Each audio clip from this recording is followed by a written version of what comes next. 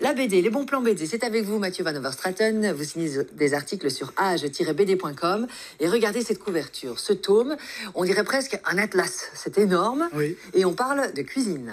Oui, c'est donc un livre épicurien qui va vous mettre l'eau à la bouche, qui va vous donner envie de croquer la vie à pleines dents. Et vous le disiez, c'est une superbe BD grand format, à la couverture colorée, bucolique.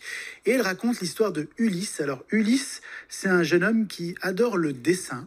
Oui. Mais nous sommes en 1952 et il n'est pas question pour lui de faire ce qu'il veut dans la vie, puisque Ulysse est le fils d'un grand industriel français et son destin est tout tracé, comme le lui impose l'ensemble de sa famille.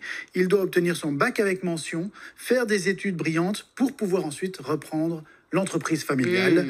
Mais un événement inattendu va venir tout perturber, puisque son père, à un moment donné, est accusé d'avoir collaboré économiquement avec l'occupant allemand pendant la guerre. Aïe, aïe, aïe. Et donc ça se passe un peu mal pour lui, et il décide d'envoyer Ulysse et sa mère en Bourgogne, sous une fausse identité, le temps que les choses se calment. Ça, c'est pour Ulysse. Il y a Cyrano, ils sont deux sur la couverture. Est-ce que ce serait pas le cuistot? Alors oui, c'est Cyrano. Cyrano, un homme bourru au grand cœur qui va changer la vie d'Ulysse. Comment ça? Je vais vous expliquer, puisque pour que Ulysse puisse réussir son bac, comme le veut tellement son père, il doit étudier tous les jours pendant de longues heures avec son répétiteur. Lui, ça le fait râler parce qu'il voudrait aller se baigner à la rivière avec Marie, la jolie fille de l'aubergiste. Et quand il a finalement terminé de travailler, il décide de foncer vers la rivière. Il court comme un dingue, malgré l'obscurité, malgré la pluie qui n'arrête pas de tomber. Mais il court tellement vite qu'il glisse, il se cogne la tête, il tombe la tête la première dans l'eau, il est inconscient. Et quand il se réveille, il est dans la cuisine de Cyrano, un ancien grand chef étoilé au caractère de cochon, qui a brûlé son restaurant 15 ans plus tôt. Et avec Cyrano, Ulysse va découvrir une nouvelle passion, la gastronomie. Au début, il va s'y intéresser pour faire manger sa mère, mais ensuite, il va se rendre compte que c'est une véritable vocation.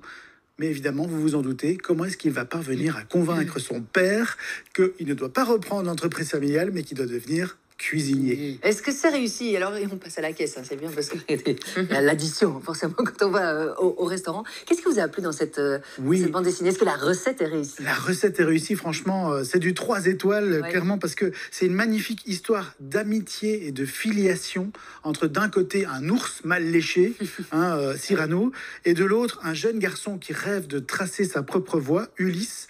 Et donc, c'est un livre plein de couleurs, plein d'enthousiasme, qui parle de plaisir, qui parle de transmission, qui parle d'inspiration, qui parle de travail en équipe. Donc c'est vraiment quelque chose qui donne le sourire, qui ramène du goût, de la joie, et qui donne envie quelque part d'aller en Bourgogne aussi. On parlait de bons plans vacances. Ça relie un peu à la France, à une époque où on est un petit peu... disons, en doute par rapport à ce qui se passe en France. Mais là, on replonge quelque part dans quelque chose de très gentil, de très bienveillant. Et donc, clairement, c'est une bande dessinée qui donne le sourire, et ça fait du bien. Vous m'avez redonné le sourire. Et c'est vraiment pour les épicurieux, vous l'avez dit, hein, Mathieu, au début de la chronique. On joue maintenant par SMS au 6003 si vous voulez repartir avec ce très beau tome. Et honnêtement, c'est du beau travail. Et il y a même des recettes à la fin de la BD. C'est vrai, parce que j'étais étonnée. Si vous voulez faire des recettes, je pense qu'il y en a quelques-unes à la fin. Et si vous voulez obtenir le livre, on joue maintenant par SMS au 6003. Démarrez votre message par... on va commencer par quoi? Par Ulysse. Ulysse, nom, prénom, coordonnées complètes, adresse mail, tout ça au 6003 757 par message envoyé.